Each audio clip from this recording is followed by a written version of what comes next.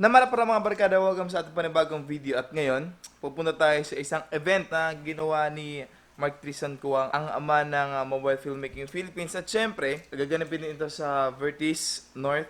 At nandito tayo ngayon sa Mandaluyong. Ito yung pinaka-challenge mga kaibigan kasi ito lang ang ating pera. Yan. 80 pesos, puro barya kasi dumating yung time na wala na talaga tayong pera. Alam niyo naman yun. Pero hindi tayo magkakapigil doon. So saan naabot ang 80 pesos mo? Aabot ba kaya to sa ating paroroonan, sa ating destinasyon? Let's check it out.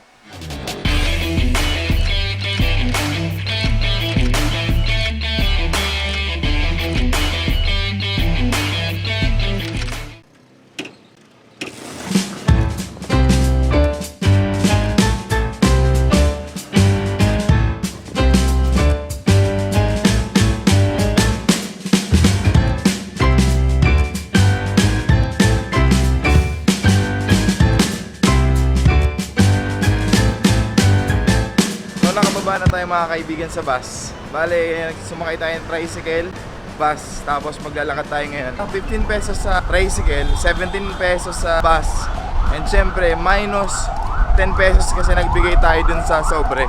So galing Landmark, papuntang Vertis, ang haba pa na nalakarin. Kala ko malapit lang. Tagal pa, ayun o. Nasa kabila yung Vertis.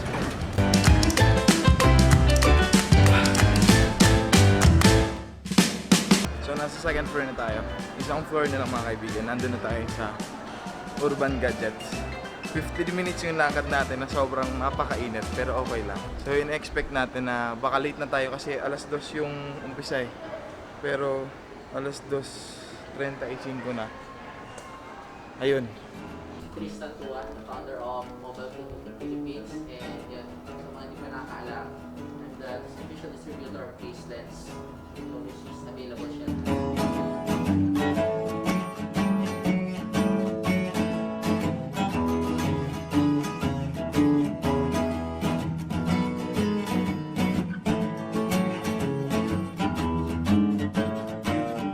So minsan talaga para magmukhang perfect yung food natin, nilalagyan ko talaga ng sample.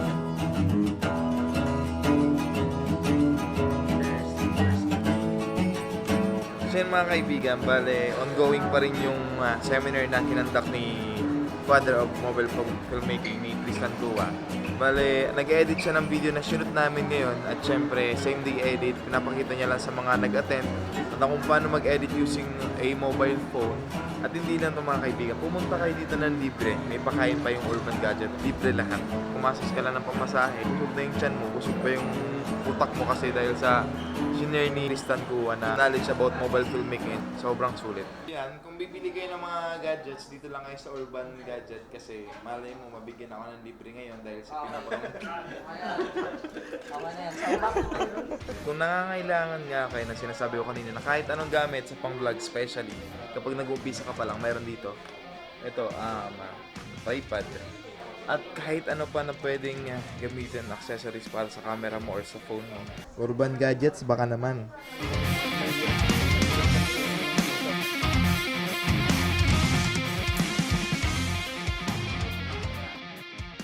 Ngayon nagbigay na tayo ng tawag dito.